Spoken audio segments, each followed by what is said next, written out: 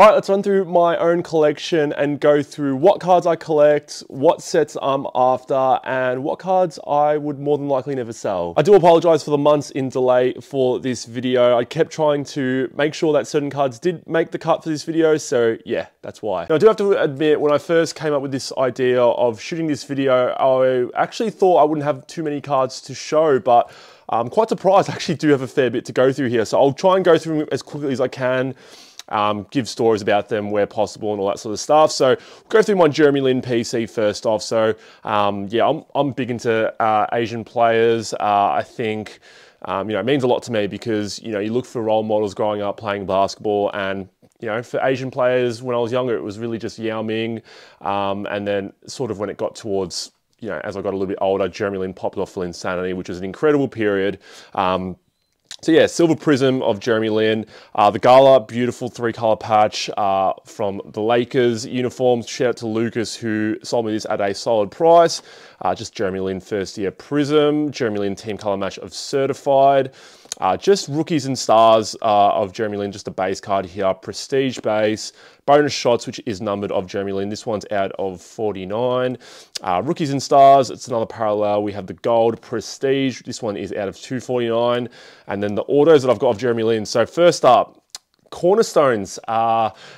Not Cornerstones, Grand Reserve actually is the actual product, but I actually was able to get this product really cheap. Like when I, had my tax return money come in, I'd look for cheap boxes to rip. And for me, I wasn't about getting Prism like I probably would be now. I was more about whatever product gave me the most value in terms of autos and all that sort of stuff. And Grand Reserve was always at a clearance price. I think back at the time, Ben Simmons was pick number 1. He didn't have any autos in Panini, and Brandon Ingram, Jaylen Brown, these sorts of players, I mean, they were good in their rookie seasons, but probably not amazing. So they probably didn't think that this draft class would pan out. So yeah, I didn't even know what I was chasing at this time, but I did pull this card, and at the time, I was like, wow, this is incredible. Like Jeremy Lin, it's jersey numbered for the New York Knicks.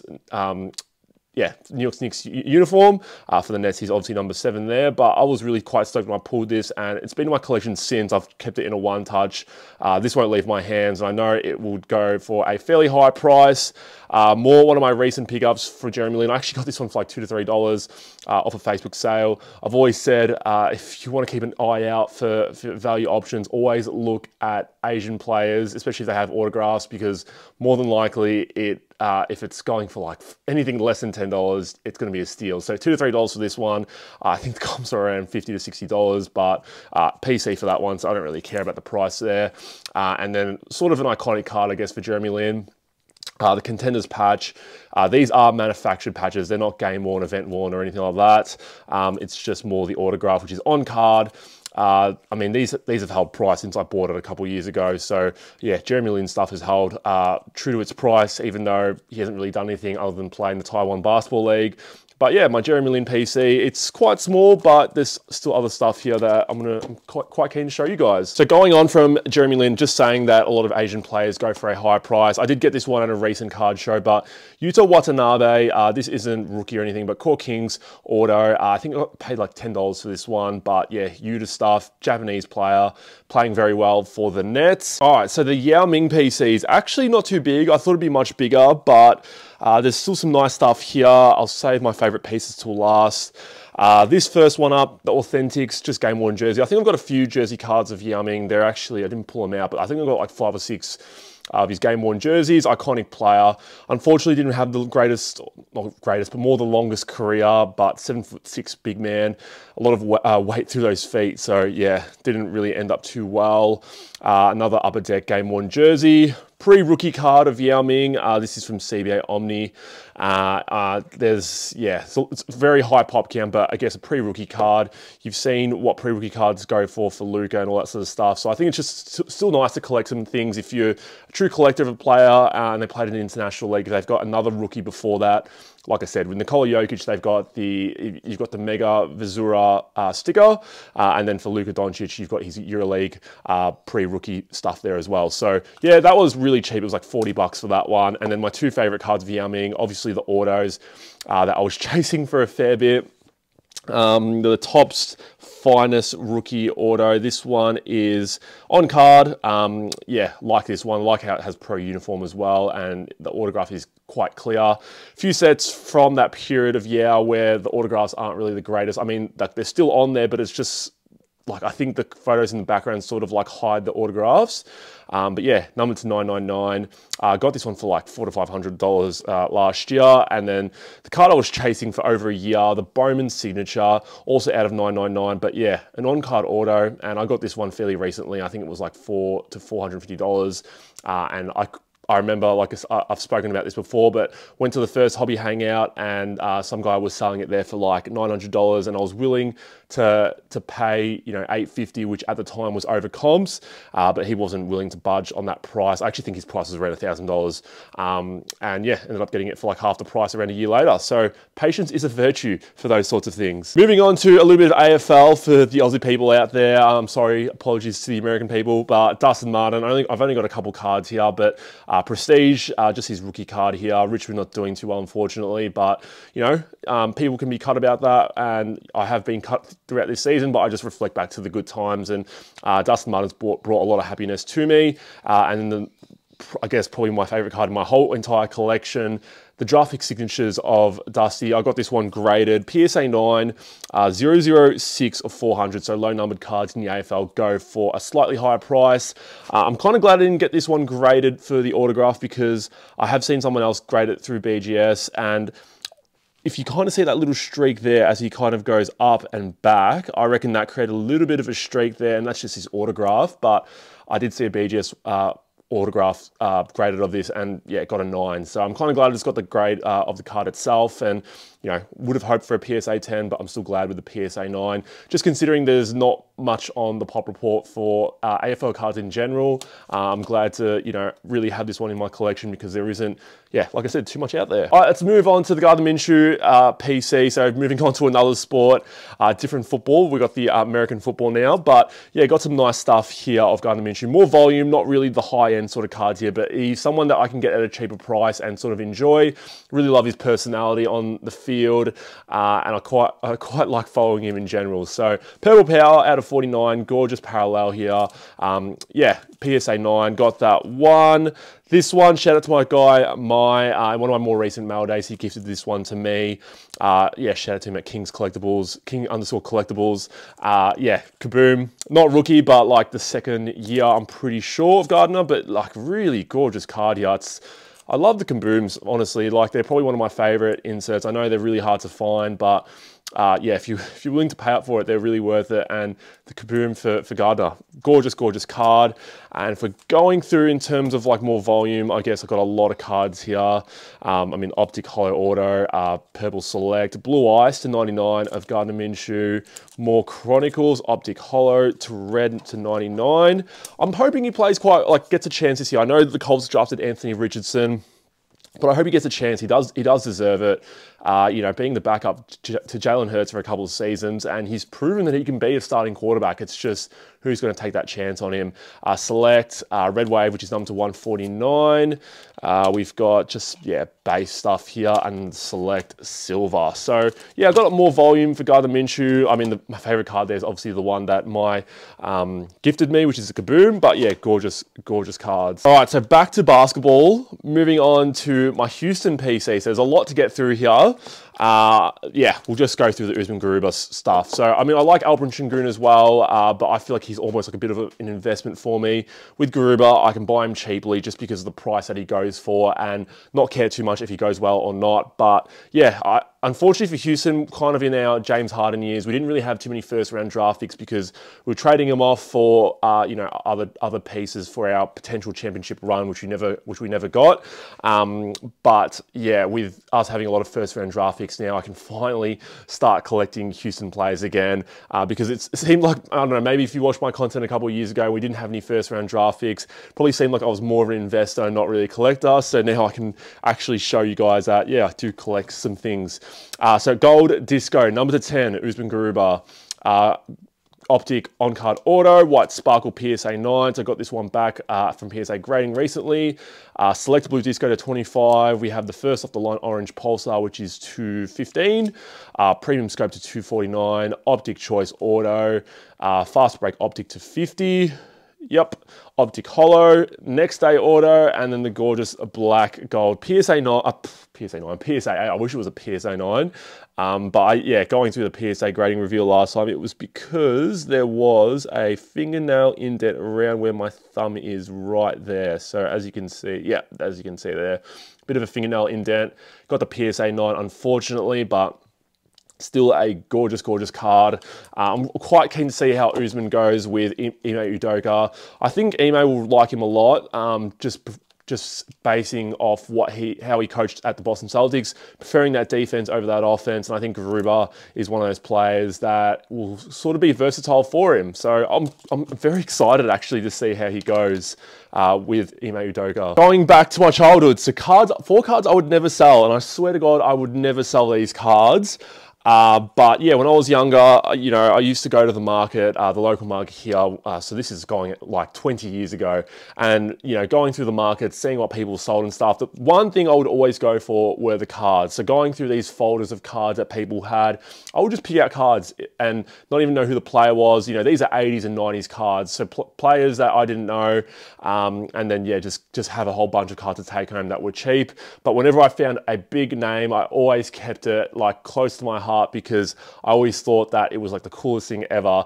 But now when you look back at it, you can see there's a million of these printed and all that sort of stuff. So yeah, I mean, these are just more a reminder for me in terms of why I started collecting when I was a little kid.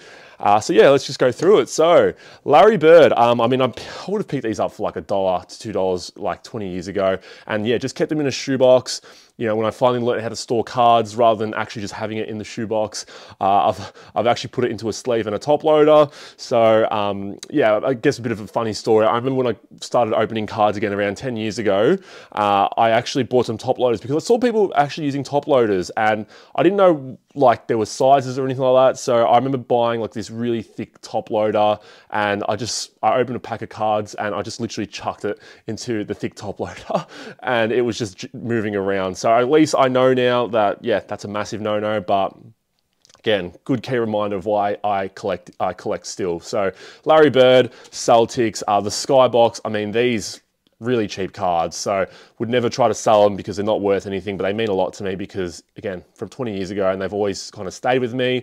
Magic Johnson, Larry Bird, and then I've spoken about this card before. I remember finding this card and just seeing Michael Jordan, who was my favorite player, you know, that I mean, other than Yao Ming, anyone that went for Houston, sorry, anyone other than that played for Houston, Michael Jordan was my guy. So yeah, getting this card, and then, you know, finally when PSA grading, I knew what grading was, decided to send it in for grading. I knew it wasn't going to get a massive grade or anything like that, but getting a PSA 6 just shows, you know, how it went in my shoebox that whole time. But I really love this set. I actually had a lot of these cards from this 1992 top set. I really liked, I don't know, when I was a kid, like the name and then the team under, just the colors and all that sort of stuff. So really preferred this set other than the other ones that you would normally get. But yeah, I would never ever sell this card. It literally wouldn't be, it'd be worth like $5 or $10, but it means a lot to me because it's a card, again, that I've held throughout this whole period along with these cards. Let's go through my Houston PC. There's a lot to go through here. I'm not going to try and talk about each player,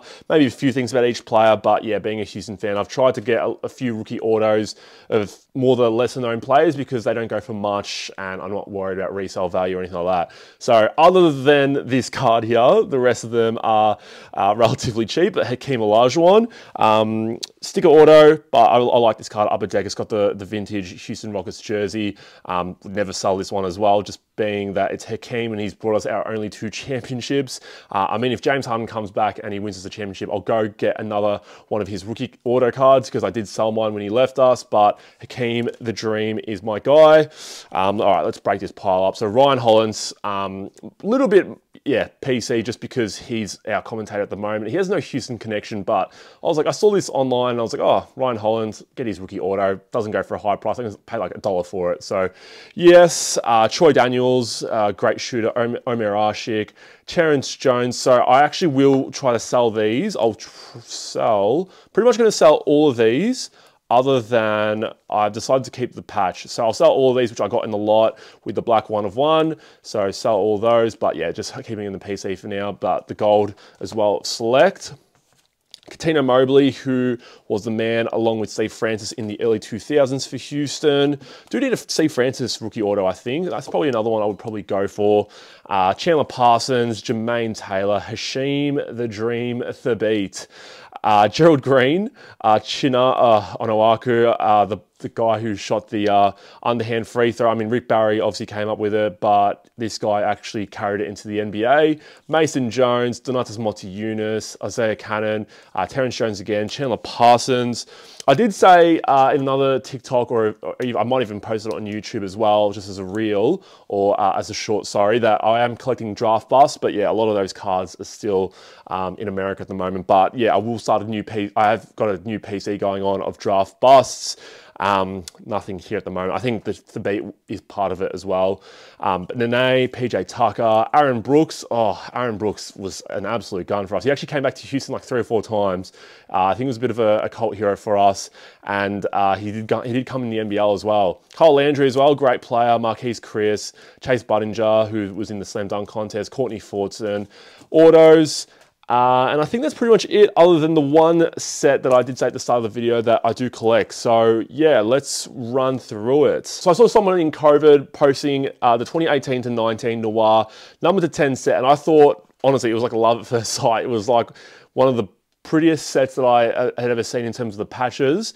And I remember just being like, I really want to collect it, but anyways, he had a sale of like 10 of them, and back then I didn't even buy any of them. I just thought it was a really cool set.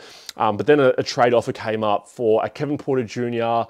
Card that I graded, which was a BGS 95 Blue Prism, jersey numbered 4 out of 199. I still remember the trade value. It was like $800, and a guy offered me a Trae Young of this, which I'll show you later on, plus cash for the Kevin Porter Jr. So once I got the Trae Young, that basically kickstarted my collection in terms of this set specifically. So yeah, let's go through the ones that I don't have in the frame. I've got 33 right now. I've got another one actually at Get It Shipped International. So yeah, still got 6 left. Lonnie Walker IV, Akobo. We've got Jaren Jackson Jr. This class has actually been really slept on. When I go through the rest of them, you're gonna see how many players have kind of popped off. Yeah, Jaren Jackson Jr., Aaron Holiday, Chandler Hutchinson. I mean, like, just gorgeous patches here. Hamidou Diallo, Svi Mihailuk, again, a gorgeous patch. And then the Colin Sexton PSA 8. So I'll go through the rest obviously after this, but I was actually thinking, like, if I did finish the set, what would I do with it? Would I just frame it, or would I just grade them all and just have them on show? So I actually don't know. So I don't know, leave a comment down below. What should I do? Should I frame them all, or should I just get them all graded by PSA and not worry about the grade, and then just obviously have them in a frame, I guess, there. So yeah, I'll show you the rest of them now. So when I say to you guys how great this draft class is, there's a lot of sleepers here. But yeah, I've got 25 of these in this nice little frame. So yeah, unfortunately, 8 of them have missed the cut. Probably not this player more so, but Zaire Smith, probably not one of the greater players. Mo Bamba, gorgeous patch there, probably one of my favorite ones there. Keita Bates-Diop, who's playing all right for the Spurs at the moment. Jalen Brunson, I mean, I got this one actually at a really good price, and then he's blown up.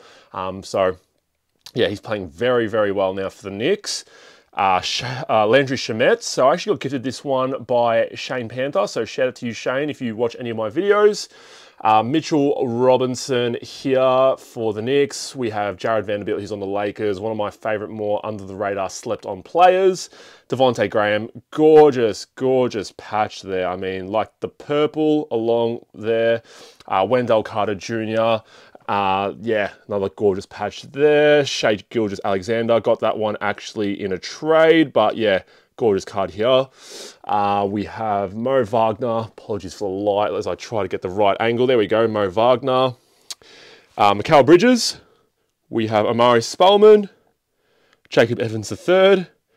The card that started the chase off for me, Trae Young. Dante DiVincenzo. We can even show 2 at a time. Jerome Robinson. We have Troy Brown Jr. and Gary Trent Jr. So Gary Trent, another great player, solid player as well. Kevin Knox, probably not more so. Bruce Brown. I mean, Bruce Brown has been playing very well for the Nuggets. Moving down, Josh Okogie, Anthony Simons, who I think averaged 20 points a game this season. And then Kevin Herter and DeAndre Hayden. DeAndre Ayton. So, I mean, yeah, a lot of players that have just popped off. Like, obviously, Mikal Bridges was one, obviously, this season, who's done quite well. But yeah, Trey, Shea, you know, a lot of big names in this set. I'm still missing the Time Lord. I'm missing Michael Porter Jr., missing Luka Doncic, who probably goes for over $1,000. Missing Grayson Allen, and I think I'm missing Javon Carter. So there's a few players there missing, and if you've got any of them and you want to sell them to me, please, please, please do hit me up. So that's it for today's video of me showing off my collection. I hope you guys enjoyed it and got to see what I like to collect. Let me know down below if there's anything that you like to collect specifically. And as always, guys, make sure you leave a like and hit the subscribe button down below. And yeah, I'll see you guys all in future videos. Take care.